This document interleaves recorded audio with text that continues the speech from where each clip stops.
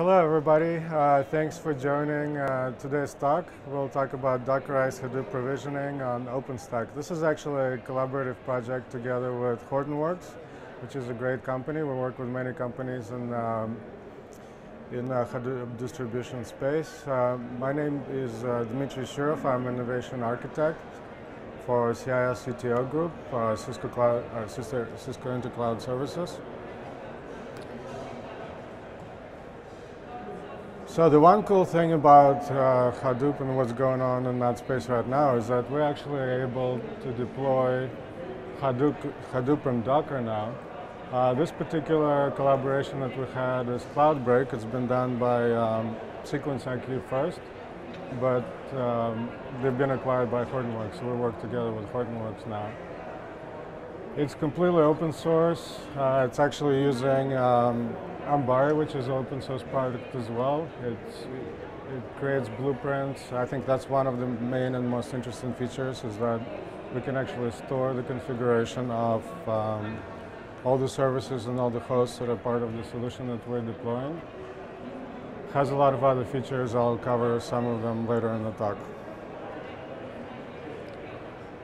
Cloudbreak actually has a very innovative user interface. It's very easy to use. That's one of its great features. You can see that it can even you can pull up the status of all of your clusters even on the phone, and then in general it's very smooth product in its usage. Just to show how easy it is before we move on to other things, it's really a straightforward process. First we can create a template of particular hosts that are going to go into the installation. We combine those hosts into the blueprints that are basically descriptions of everything that's running on the cluster, which I think is one of the most interesting and good features of this particular approach that Hortonworks is doing, because you can save your configuration, you can modify your configuration, you can see how the configuration actually changed over time, and we try to use this approach in Cisco as much as possible going forward. It also has full credential control. Cloudbreak makes it really, really easy to actually put all your credentials in one place and change them over time once you're deploying it. Also see how they might be changing and reuse them as well, because one of the advantages of Cloudbreak and the Cloudbreak interface in general is that you can actually put multiple configurations together and manage them on at the same time, and that's something that we're looking forward to using within Cisco as we start deploying multiple clusters for multiple customers, or multiple customers deploy multiple clusters themselves. And launching is extremely easy as well, because it runs on Docker.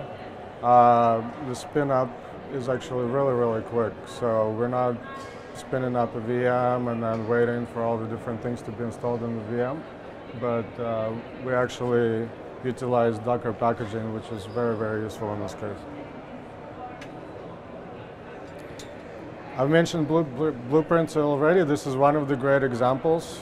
In Hadoop there are multiple different ways to actually deploy things, and some of you are familiar with Lambda architecture and all the other kind of modifications of Hadoop topology and Hadoop infrastructure. So you can easily capture that within the blueprints and store them and deploy them dynamically.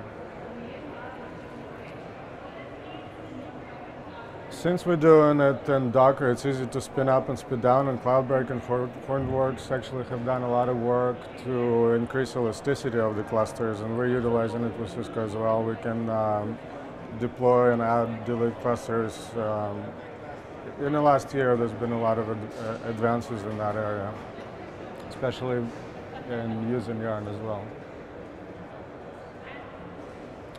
This is another example of how all the different components go together. There's also policy enforcement that's tied into the blueprint. So I've mentioned that in the name of the talk also, one of the biggest differences for this is that it's actually Hadoop in Docker. So we're running all the processes and all the components actually in Docker containers, which makes it really easy to deploy them, and the spin up is a lot faster. So we're not using one VM that actually has everything, but every single Docker container has its own role in its own process within it. Sometimes multiple processes, but basically we kind of split up it in multiple different levels. And I think SequenceIQ and now Hortonworks are leaders in the industry in doing that. And it's really shown results. We've really seen a lot of improvement in actually spinning up clusters in a quick way and being able to manage them that way. Here's a couple of diagrams of how it works. Since it's a pretty short talk, can't really go in all the detail, but all those different services have been spun up in Docker containers, and there are some protocols developed by HashiCorp as well, some swarming and service discovery, which are also very innovative approaches that are being used to discover and connect all the different services that are running within the Hadoop cluster.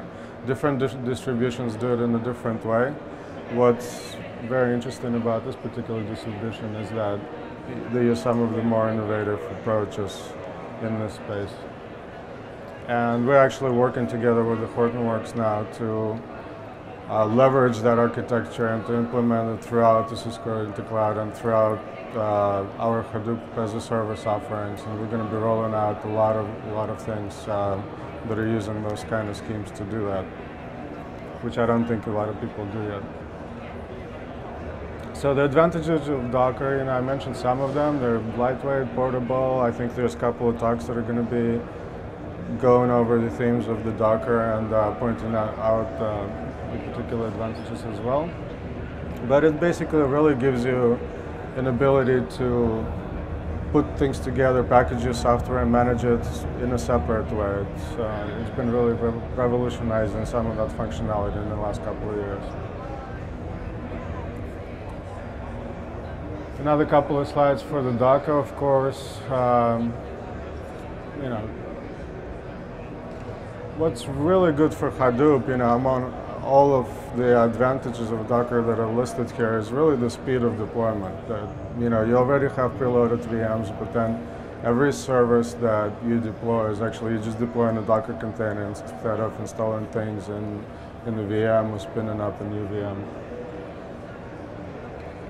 So another picture, you can see very well here that we have a lot of smaller pieces, and we're actually concentrating all the resources a lot better and reusing them a lot better instead of kind of spending a lot of resources on VM and sparsely populated VMs with services.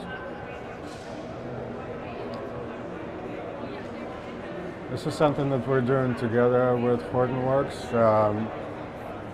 There's a lot of plans, and like I mentioned, some of those protocols, some of those technologies are going to be leveraged across all of our infrastructure and the way we're deploying those resources going forward. So just a quick couple of slides to show how nice the interface is, and as you can see, we're already working on this together. We have several clusters deployed and several customers on the way to start deploying this for the customers.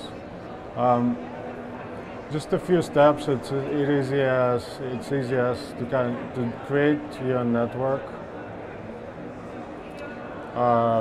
set up several templates for the kind of hosts that you're going to be running. Those are the VM profiles.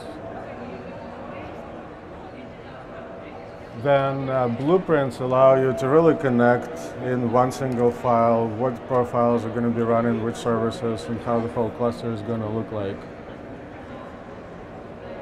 And I love this interface. It makes it so much easier because you kind of go step by step, but then at the same time, it's all being put into the same file at the end. So it's not really like in some places a wizard. It's a wizard, but it's an interface that makes sense. But you also have the snapshot of your configuration. And after we've set up all the roles, we just simply create and start cluster. And that's